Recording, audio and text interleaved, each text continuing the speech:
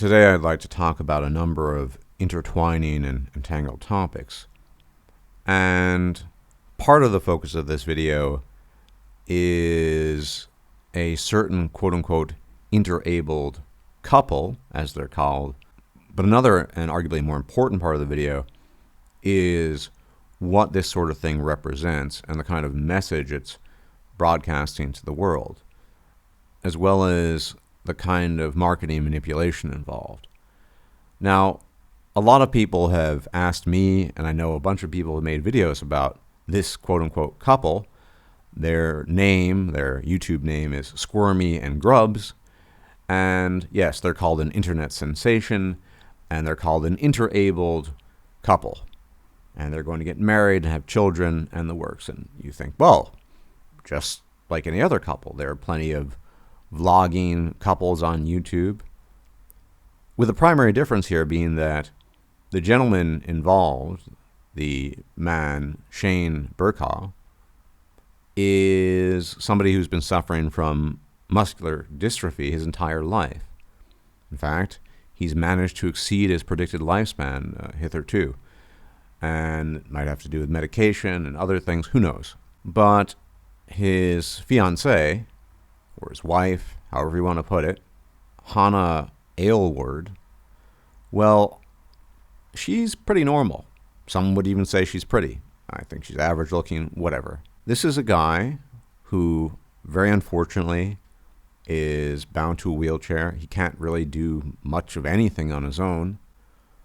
And his lifespan is almost certainly going to be shorter than a conventional lifespan might be. But on the camera and photographs, they present themselves as a couple madly in love with each other and just together for the sake of the feels and real commitment and blah, blah, blah, blah, blah.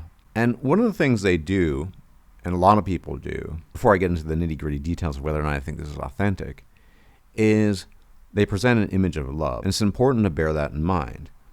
The love image, as implied by the title, is very inspiring. Love inspires, but sex sells. But let's just use normal probabilistic thinking when it comes to this matter, which is to say, we'll use a different example. Let's say you saw a couple on the street, and the man was 5 foot tall, and the woman was 5'7". Now, 5'7" is pretty tall for a woman, by any standard. And you would be a bit suspicious. It would look weird, awkward. If you saw a woman who was 5'7" together with a 5 foot guy, and he didn't look particularly wealthy or attractive, you would wonder what's going on. You might think maybe he has an ginormous cock. Maybe. But even that's kind of stretching it. You would have your credulity strained, and that's perfectly normal. We exist in a world of normative expectations. It doesn't mean that these expectations can't be flouted. You will occasionally find exceptions. In any sort of normative distribution curve of any trait or anything, you're going to find exceptions. But you would find that pretty sketchy. How much sketchier is a man who, very unfortunately due to a degenerative disease, is bound to a wheelchair, can't do anything on his own, and is going to have a shortened lifespan, together with a normal, quote-unquote, pretty girl, whatever you think about her? How much more likely is that? Well, it could be an exception. Alternatively, you could look into the history, and you'd find out that he had a previous, quote-unquote, caretaker ex-girlfriend. Very strange. And that he had appeared on a number of shows, and that allegedly he had written a book, or even several. And when you take all these data and put them together, a picture emerges. And it's not an authentic picture. Yes, exceptions exist, but how likely is this, given all the other additional information I just mentioned? So when you put all the pieces together, the net result is that this is not only not in all probability, there's some slim possibility, but we're going to discount that and say it's very unlikely that this is authentic, very unlikely this is real. But in all probability, this is not only a fake relationship, but the whole thing is artificial. it's presented like a sitcom. Only the people watching are not told it's a sitcom. These people are effectively actors. Shane Burkaw has been around for quite some time, and he probably has had a number of arrangements with a number of people, but external people, organizational people, people who run shows, people who do this sort of thing, who are paying him, and he's had agreements with them that he would volunteer his life and his status in an effort to make money. And these quote-unquote girlfriends are then recruited from outside. Now, I would call this informed speculation. We don't know 100%. For all I know, they could really be a couple. But it's very, very unlikely, given the fact that there was a previous caretaker, and what's the likelihood of that happening, because she was arguably better looking than the current one, and the other photo shoots that he's done, as well as some video recordings and footage. It's very, very fishy. But essentially, what I'm proposing is this is basically a sitcom where the listeners and watchers are not being told it's a sitcom. They're actors of a sort. They're real. I don't think that Shane Burkaw isn't Shane Burkaw, and I don't think Hannah Aylward is not Hannah Aylward. I think they're real people, but they're assuming a role. So they're presenting themselves as they are, but the roles they play are not the roles they have in their life. A lot of people have suggested that she's screwing some guy on the side, or they have an open relationship. I don't think they have a relationship at all. I think it's purely professional. She's an actress in this sense, and he's an actor, save for the fact that they use real information. And again, this is my interpretation. I think the evidence suggests this. The fact that they're not telling people these things is very, very, very, very sketchy and shady. Because here's the issue. There are tons of people who are vlogging, and there are tons of people who are actually in a relationship and vlogging their relationship. Couples that, for better or worse, are bound by YouTube AdSense revenue together. But they're quote-unquote normal, or they seem to be some reasonable fit, or whatever. No one really raises an eyebrow. Nobody really questions it and thinks, well, that's kind of fishy. That's strange. But all the alarm bells go off with them. And of course, if you just looked at it at first glance, it's possible. But then you look at the background information, previous so-called caretaker girlfriends, business undertakings, and you see a picture emerge.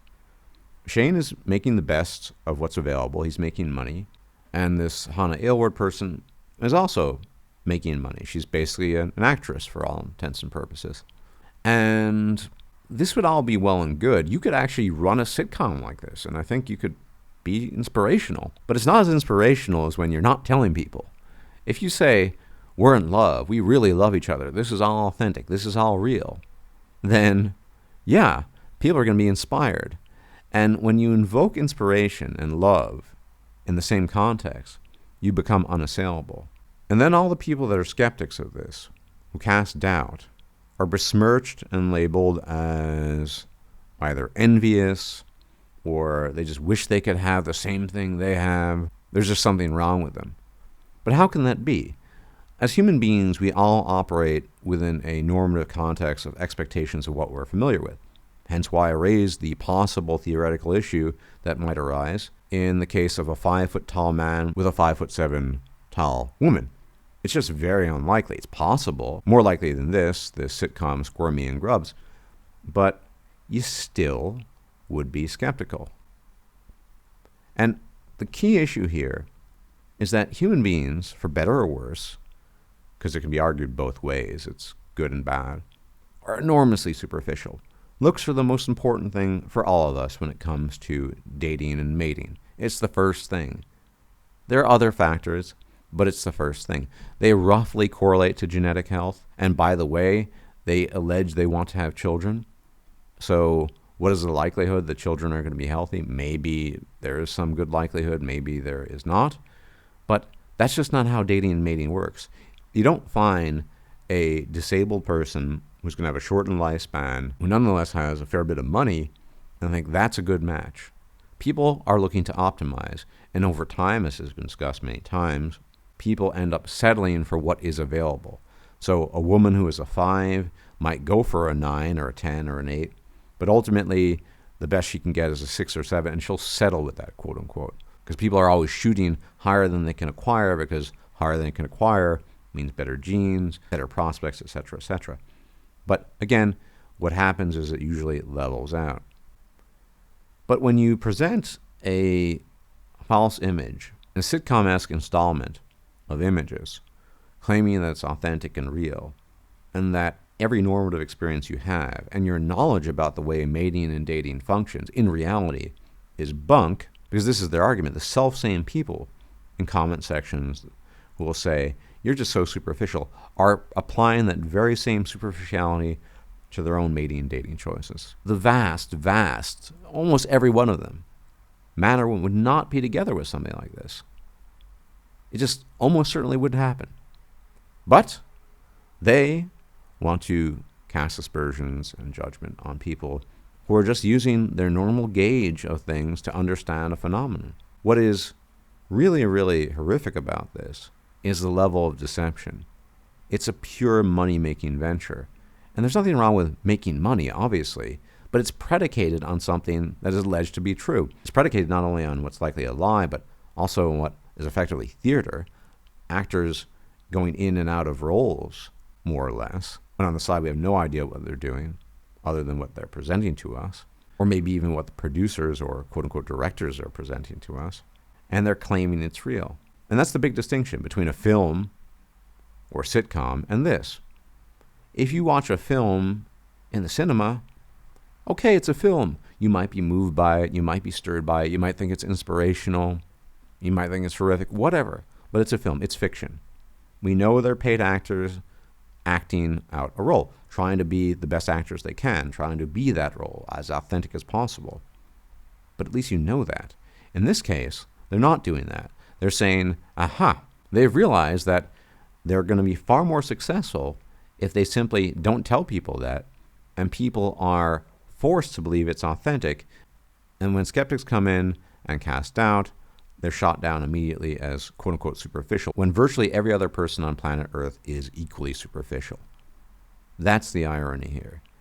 And it's a shame that so many people are taken in by this, because they are basically, for all intents and purposes, running a racket. Especially if my theory, which I think is likely, about the sitcom and theater is true, that these are essentially actors being themselves, but playing different roles than their actual roles in life. And one of the reasons, as I pointed out earlier, that they're so unassailable is because it's all predicated on love, right? If it were simply just an exchange of resources, and there weren't a pretense of love and real feelings and genuine romance, then it would be much easier to criticize. It would be much more likely to be criticized. But it's not. And this is why, although sex sells, love inspires, and it protects you. And I'm using love in the metaphorical, abstract sense. I'm not saying there's any love here. All I see here is manipulation and deception, and people, frankly speaking, being bilked out of their money when there's no way to officially confirm it's authentic, and all the evidence points to it not being authentic, although the variations of that lack of authenticity are enormous. I've proposed my own theory of sitcom-esque, theater-esque actors being themselves but not being themselves, and there are other theories that exist as well, that, for example, they have some arrangement and he knows he's going to pass early, and so he's agreed to give her the money or something along those lines. So, for example, might as well have someone along for the ride until the Reaper claims me. I think either way, they're almost certainly not an authentic couple. And the fact that that is their premise for their channel means the whole thing is a lie, and people are spending money and wasting money on a lie, and that is just intolerable. Sure, a quote-unquote real couple also only presents the best possible scenes, not the fighting or the disagreements, but at least that seems much more likely than this insanely remote possibility that this is real. I think this is theater. I think this is sitcom-esque theater, and it's a shame that so many people have bought into it because it's exploitative, cynical, and downright disgusting. Please hit the like button, please share the video, and hit the bell icon to be reminded of forthcoming videos. And as always, may the gods watch over you. If I'm still alive, I'll check you out later. You take care. Bye-bye. If you liked this video, please like, share, and subscribe. And if you enjoy my content, please consider making a donation or becoming a patron. Thanks for watching.